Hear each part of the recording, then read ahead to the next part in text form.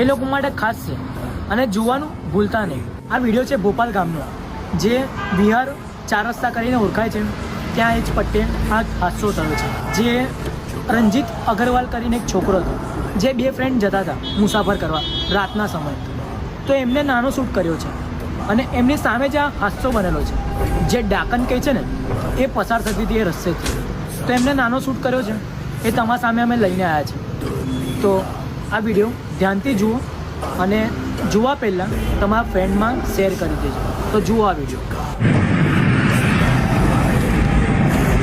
પાગલી ચુડા લગાવેલો. ચાલ ચાલ ચાલ.